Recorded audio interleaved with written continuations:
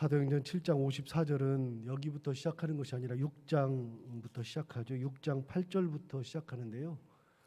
6장 8절에 보면 뭐라고 되어 있냐면 제목을 보시면 스데반이 잡히다 이렇게 되어 있고요.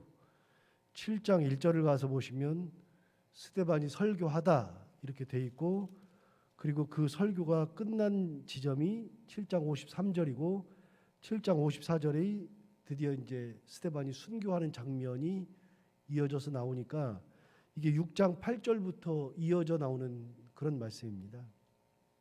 굉장히 긴 말씀이죠. 그래서 6장 8절부터 시작되는 이 말씀이 7장 54절에 이르러서는 어떻게 되느냐면 사람들과 6장 8절부터는 사람들과 변론을 하기 시작해요. 막 변론하죠.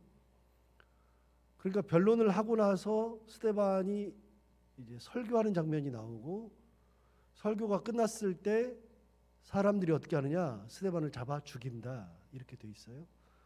그럼 사람들이 설교를 들었을 때 그 설교를 들은 사람들의 심령이 어땠는지 그게 54절에 나오거든요. 54절에 보면 뭐라고 되어 있냐면 그들이 이 말을 듣고 마음에 찔려 그를 향하여 이를 갈았다 이렇게 되어 있잖아요. 그러니까 여러분, 그 설교를 듣고 났을 때 사람들의 마음이 어땠느냐, 거기 있는 사람들의 마음이 어땠느냐, 마음이 찔렸어요. 그 말은 뭐예요? 설교가 내게 부침이 된다는 얘기거든요. 설교가 나를 때린다는 얘기거든요. 마음이 찔렸다는 것은 그 설교를 들었을 때 불편하다는 얘기거든요. 뭔가 불편하다는 얘기는 내가 잘못됐다는 것이 있을 때만 느끼는 거예요. 그러면 내 마음에 찔렸을 때에는 어떻게 해야 되냐면, 설교를 들었을 때 우리 다 똑같아요. 설교를 들었을 때 마음에 찔리면 그 마음에 찔리는 걸 가지고서 괴로워하고 그러면서 하나님의 말씀으로 내가 변화되는 대로 나가야죠. 설교라는 것은 뭐냐면 사람의 말을 듣는 게 아니라 하나님의 말씀을 듣는 거죠. 비록 사람이 하긴 하지만, 목회자가 하긴 하거나 다른 사람들이 하긴 하지만, 설교라는 것은 사람이 하는 것 같지만 그 사람을 통해서 역사하시는 하나님의 말씀이 내게 부딪혀 오는 것이 설교죠. 그러면 하나님의 말씀이 부딪혀 왔을 때 내가 찔린다. 히브리서에 있는 말씀처럼 하나님의 말씀은 살아있고 운동력이 있다. 그래서 좌우의 날섬 건과 같아서 내 마음을 찔러 쪼갠다. 골수 쪽까지도 쪼개 버린다. 말씀이 내 마음에 들어오면 어떻게 되냐면요, 사람마다 심령 골수를 쪼개버려요. 히브리서에 있는 말씀처럼. 왜요? 하나님의 말씀이 살아있고 운동력이 있다 그랬어요. 얼마나 살아있고 운동력이 있냐면 좌우에 날선 검과 같다. 이쪽으로도 저쪽으로도 싹 다 검과 같아서 하나님의 말씀이 들어오면 내가 찔리게 돼 있어요. 안 찔리는 게 이상한 거예요. 무조건 찔려요. 굉장히 날카로운 검과 같아요. 내 마음에 찔릴 수밖에 없는데, 그렇게 찔릴 것이 들어올 때 심령과 골수가 쪼개져 나가는 거예요. 당연한 거죠. 사람의 말로 그렇게 되는 게 아니라 하나님의 말씀으로 그렇게 되는 거니까요. 그러니까 마음에 찔리는 것은 당연한 거예요. 혹시 내가 요즘에 하나님을 좀 멀리 했어요. 그런데 말씀 중에 하나님의 말씀을 멀리 하면 안 된다라는 말씀이 들릴 수가 있어요. 그러면 그걸 들을 때 마음에 찔려요. 아, 내가 하나님을 좀 멀리 하고 있었는데, 그런 거. 내가 요즘 시험이 들어가가지고서 시험 때문에 그냥 내가 말씀을 제껴놓고 내 의지대로 뭘 하려고 노력했는데 그런 생각이 들을 때가 있어요. 이런 생각이 내게 딱 오면 마음에 딱 찔리죠. 말씀이 오면 그런 거예요. 그리고 하나님의 말씀은 거울과 같다 그랬어요. 거울과 같다.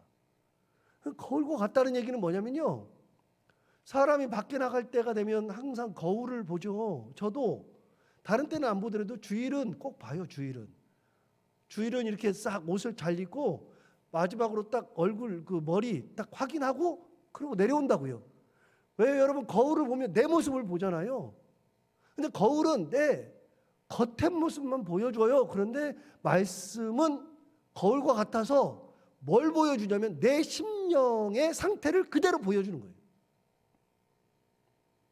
그래서 내가 말씀 앞에 서야, 이 말씀 앞에 서야 내 심령이 보여져서 말씀을 읽을 때, 말씀을 들을 때 그때 내 심령의 더러움, 추악함, 나태함 이런 것들이 내 마음에서 있다는 걸 내가 깨닫죠.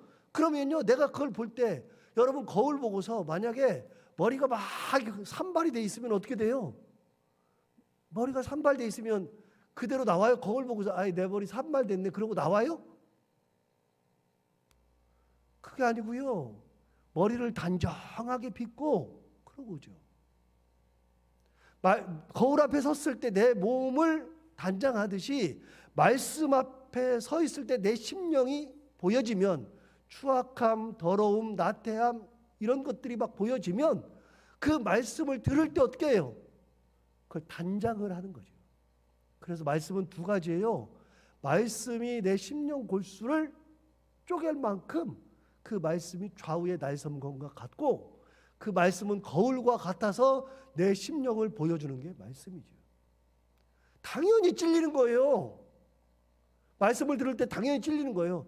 그러니까 이렇게 되면 안 돼요. 여러분 말씀을 들었는데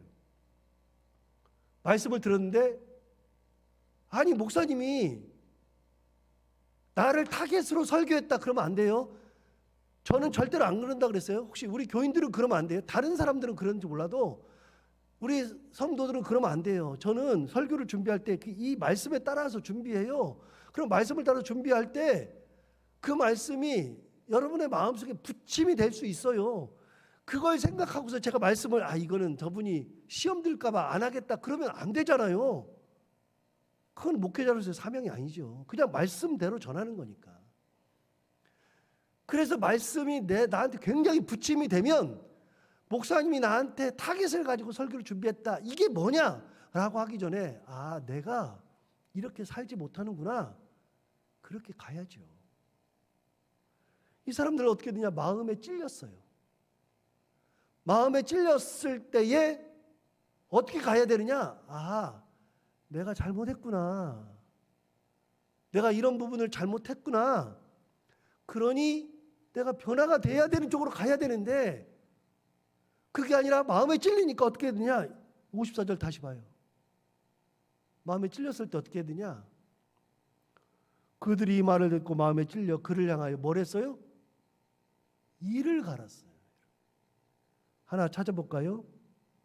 여러분 2장 한번 가볼까요? 2장.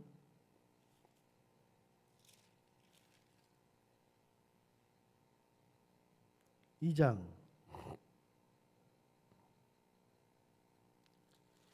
2장을 보면 2장은 오순절날 성령을 받고 나서 14절 보시면 14절 위에 베드로의 오순절 설교라고 나오죠.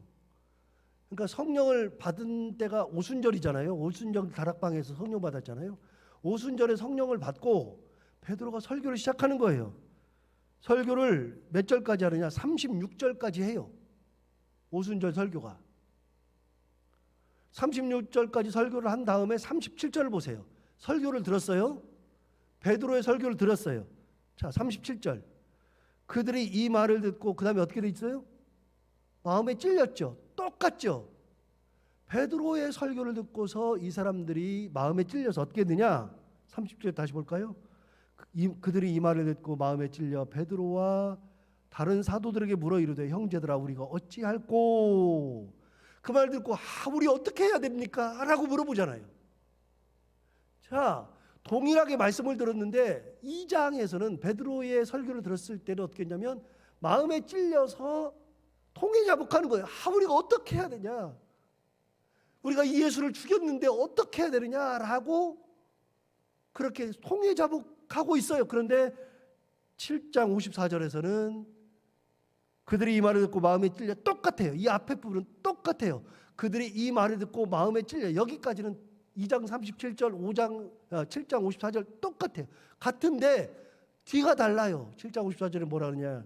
그를 향하여 이를 갈았다. 이를 갈았어요.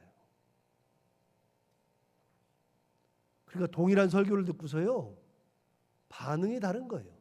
왜요? 여러분, 2장에서는 뭐가 남냐면요, 말씀을 딱 들었을 때 통해 자복이 남잖아요. 통해 자복. 아, 내가 어떻게 해야 되느냐? 말씀이 나를 부딪혀 왔을 때 내가 회개하고 내가 변화되고 말씀을 받아들이고 말씀대로 살아가고. 똑같이 말씀을 들었는데 7장에서는 말씀을 들었을 때 말씀을 거부하고 내가 살아있고 내가 말씀을 이기고 이렇게 돼가고 있잖아요. 동일한 상황에서 동일한 말씀을 들었는데 그렇게 동일한 말씀을 들었을 때 내가 살아있느냐 내가 죽느냐, 말씀이 나를 이기느냐 내가 말씀을 이기느냐. 그래서 여러분, 말씀 앞에서는요, 내가 이기려고 하면 안 돼요. 말씀은 이기는 존재가 아니에요. 말씀을 들었을 때는 내가 부복하는 것이지, 그 말씀 앞에 내가 부복하고 말씀대로 변화되고 말씀을 따라 살고 이렇게 되는 것이지, 말씀을 이겨먹으려고 그러면 안 돼요. 절대로 이겨먹으려고 그러면 안 돼요. 하나님 말씀을 듣고 이겨먹을 수가 없어요. 이 사람들은 다 하나님의 심판 가운데로 가는 거예요. 자, 54절 다시 보면 그들이 이 말을 듣고 말씀에 찔려 그를 향하여 이를 갈았어요. 그랬을 때 55절 보시면 스데반이 성령 충만하여 하늘을 우러러 주목하여 하나님의 영광과 및 예수께서 하나님 우편에 서신 것을 보고 말하되 보라, 하늘이 열리고 인자가 하나님 우편에 서신 것을 보노라 얘기했어요. 사람들이 이를 갈고 있는데 스데반은 뭐 하고 있어요? 누굴 쳐다보고 있어요? 하늘을 쳐다보고 있고 하나님 보고 있죠. 예수님 보고 있죠. 사람이 이를 갈았을 때 그 이를 가는 사람을 보면 나도 이를 갈고 내가 싸워요, 그 사람들하고. 그래서 사람을 보는 게 아니라, 나한테 이를 가는 사람을 보는 게 아니라 어떻게 하느냐? 그 사람을 쳐다보는 게 아니라 우리는 누구를 쳐다보고 있어야 되냐면 말씀을 쳐다보듯이 하나님을 바라보고 하늘을 바라보고 있는 거예요. 언제 가능해요? 언제? 성령이 충만할 때. 55절 다시 봐요. 스데반이 뭐가 충만했어요? 성령이 충만했죠. 성령이 충만했을 때 하늘을 우러러 봐요. 성령이 없을 때는요, 사람을 보고 상황을 보고 나를 해코지하는 것을 쳐다보고 있고 그런 것을 쳐다보게 돼 있어요. 여러분, 성령이 충만하지 않을 때는 내가 다른 데에 관심이 참 많아요. 여기도 저기도 관심이 참 많아요. 그런데 성령이 충만하면 관심이 별로 없어요, 사실. 뭐 얼마나 별로 재밌는 것도 없어요. 그래서 성경이 제일 재밌을 수 있어요. 성경 읽는 게 그렇게 재밌고 말씀 듣는 게 그렇게 재밌고 기도하는 것도 재밌고 그럴 수 있어요. 언제? 성령이 충만할 때. 그렇게 성령이 충만하여서 하늘을 우러러 보니까 그때서 보이는 거예요. 사람들은 지금 일을 가는 거예요. 사람을 보면 사람이 보이는데요, 성령 충만하여서 하늘을 봤더니 누가 보이느냐? 55절 다시 볼까요? 스데반이 성령 충만하여 하늘을 우러러 주목하여 하나님의 영광을 봤잖아요. 하나님의 영광과 예수께서 하나님 우편에 서신 것을 봤어요. 하나님의 영광도 봤고 예수님께서 하나님 우편에 서신 것도 봤어요. 성령이 충만해서 하늘을 쳐다볼 때 우리가 보는 것은 하나님의 영광과 예수 그리스도. 사람을 보지 못해요. 볼 필요가 없어요. 그렇게 하나님의 영광과 예수 그리스도, 하나님 우편에 서신 예수 그리스도를 보았고 56절 보시면 말하되 보라, 하늘이 열리고 인자가 하나님 우편에 서신 것을 보노라. 똑같이 얘기했잖아요. 본 걸 얘기하잖아요. 하늘이 열려 있는 걸 봤어요. 예수님께서 서 있는 것을 봤어요. 이렇게 성령이 충만해서 하늘을 우러러 볼 때 그때 사람이 보는 게 달라지는 거예요. 성령 충만한 사람과 그렇지 않은 사람은 보는 게 달라요. 그리고 그 보는 거에 따라서 행동이 달라져요. 스데반은 저 사람들이 나를 일을 가면 이제 죽잖아요. 저 사람들이 나한테 일을 가니까 내가 죽을 거다. 곧 있으면 내가 죽는다. 여러분, 스데반이 바보 멍청인가요? 자기 죽을 거 몰라요? 알아요? 알아. 이 사람 똑똑한 사람이에요. 진짜 똑똑한 사람이에요. 조금 있으면 이 사람들이 나를 죽이지는 않아도 내가 되게 맞아가지고 반병신 될 거다. 그 정도까지는 알아요. 죽이지는 못해도 그 정도 될 거다. 알아요. 그러면 웬만한 사람 같으면요, 상황 딱 보고 도망부터 가야 되잖아요. 그런데 여러분, 스데반은 사람을 보지 않고 하나님을 보고 있어요. 하나님의 영광을 보고 있죠. 대단한 거예요. 그래서 여러분, 우리는 모두 다 성령이 충만해서 살아가야 되는 거예요. 예수 믿는다는 것은 성령이 충만해서 성령의 은혜대로 살아가는 것이 예수 믿는다는 거지. 그래서 예수 믿는다는 것은 누구를 쳐다보는 거냐면 예수를 쳐다보는 것이 예수 믿는다는 거지. 예수를 믿는다 그래 놓고서 다른 걸 쳐다보면 예수 믿는 게 아니에요. 성령 충만한 게 아니에요. 57절 볼까요? 그들이 큰 소리를 지르며 귀를 막고 일제히 그에게 달려들어 성 밖으로 내치고 돌로 쳤다. 자, 스데반은 지금 누굴 쳐다보고 있냐면 하늘을 쳐다보면서 하나님의 영광과 예수 그리스도를 바라보고 있는데 성령 충만해서. 그런데 거기 그걸 들었던 사람들은 다 유대인들인데 유대인들은 어떻게 하느냐? 큰 소리를 질렀다. 여러분, 소리를 왜 질러요? 소리를 지른 거는요, 그 사람 소리를 안 듣기 위해서도 들려요. 안 들려. 듣기 싫으면 듣기 싫어 그러면서 얘기하죠. 다 같이. 그럴 수도 있고요. 너무 무서우면 소리 질러요. 너무 무서운 거예요. 너무 찔리는 거예요.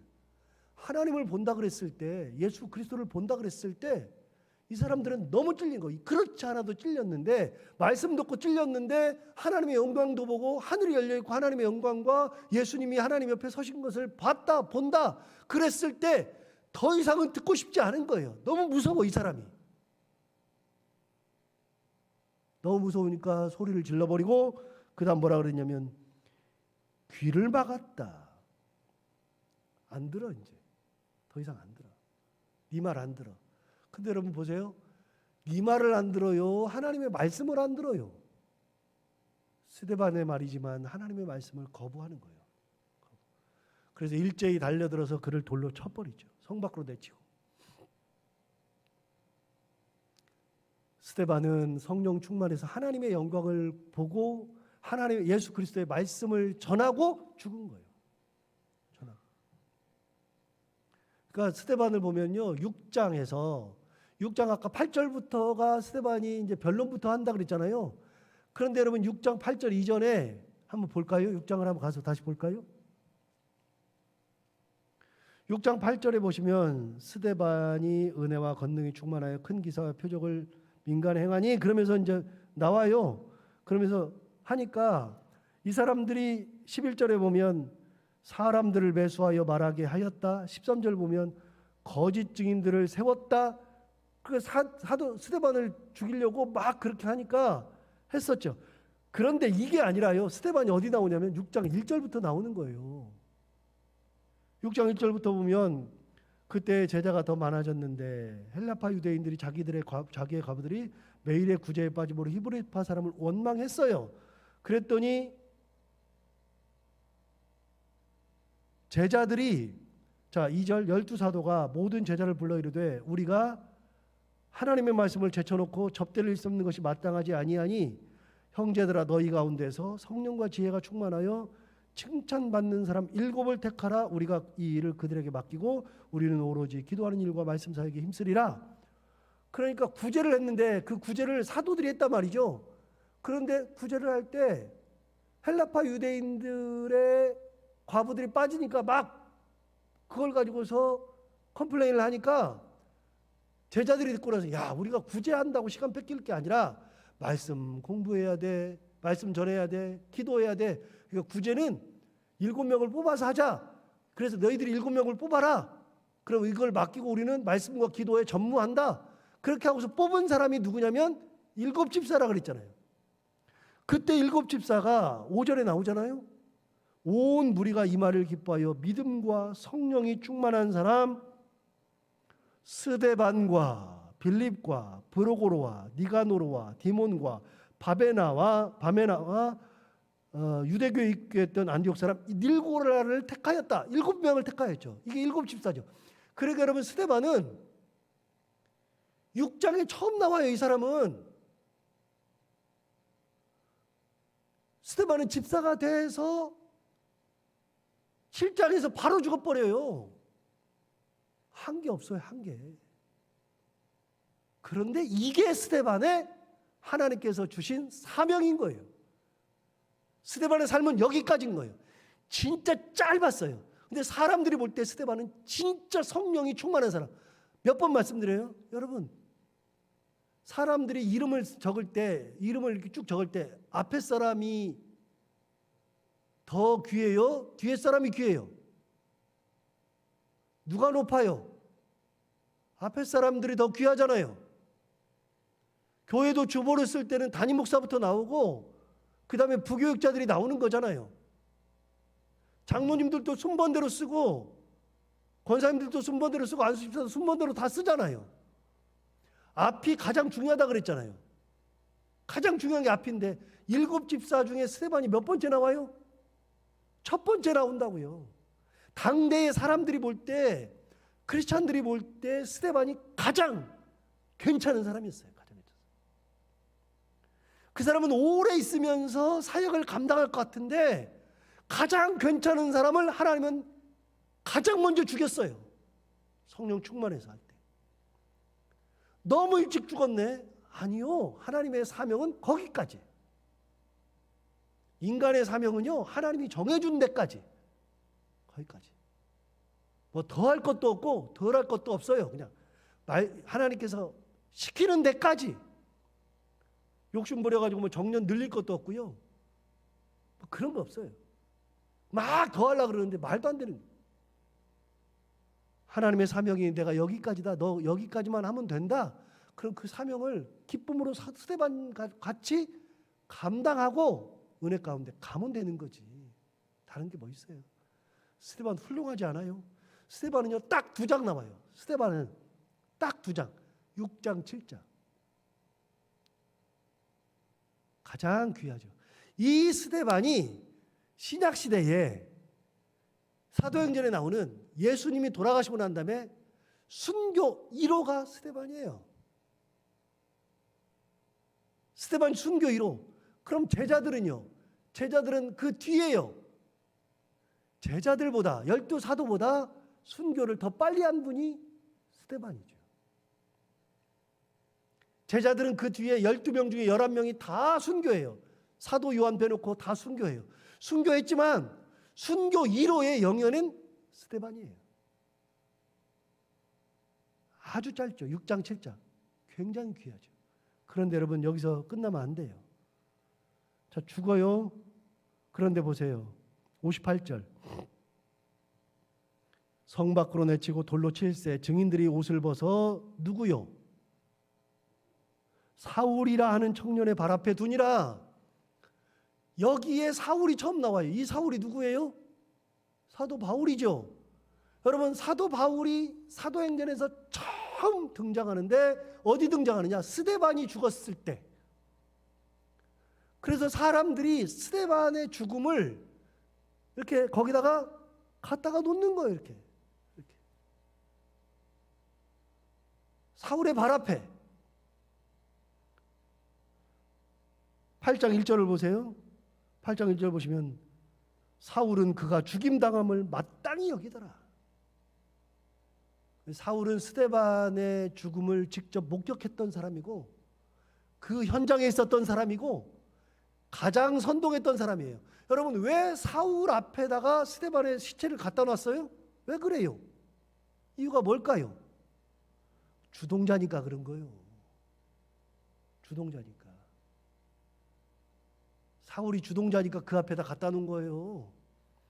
그래서 여러분, 사도 바울을 뭐라 그러냐면 스데반의 순교의 피로 세워진 사도라 그래요. 스데반의 피가 사도 바울에게 전가되어서 스데반의 순교의 영성을 가지고 하나님 앞에 쓰임받은 스데반의 피의 순교. 터툴리안이 그런 얘기를 한 적이 있어요. 교회는 순교자들의 피 위에 세워진 것이 교회다. 교회는요, 우리가 지금 서 있는 이 교회는 그냥 서 있는 게 아니라 수많은, 예수님 이후에 수많은 사람들이 순교했는데 그 순교의 피 위에 우리가 서 있는 거예요, 교회가. 그런 것처럼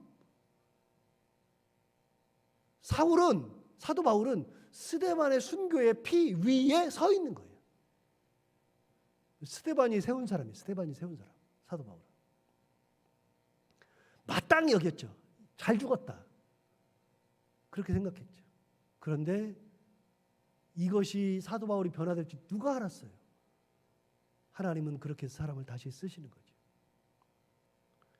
자, 오늘 스데반이 그런 상황 속에서도 끝까지 사람을 보지 아니하고 하나님을 봤던 것처럼 우리도 그렇게 하나님만 바라보며 살아가는 예수 믿는 사람 되고, 말씀이 내게 부딪혔을 때 그 말씀이 부딪혀 올 때 내가 그 말씀을 이기는 게 아니라 말씀이 나를 이기고 말씀에 내가 부복하고 말씀대로 살아가고 은혜대로 살아가는 그런 우리 모두가 다 될 수 있기를 바랍니다.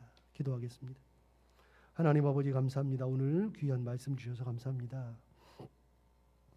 우리가 말씀 앞에 설 때 나도 모르는 사이에 내가 말씀을 이기려고 할 때가 있습니다.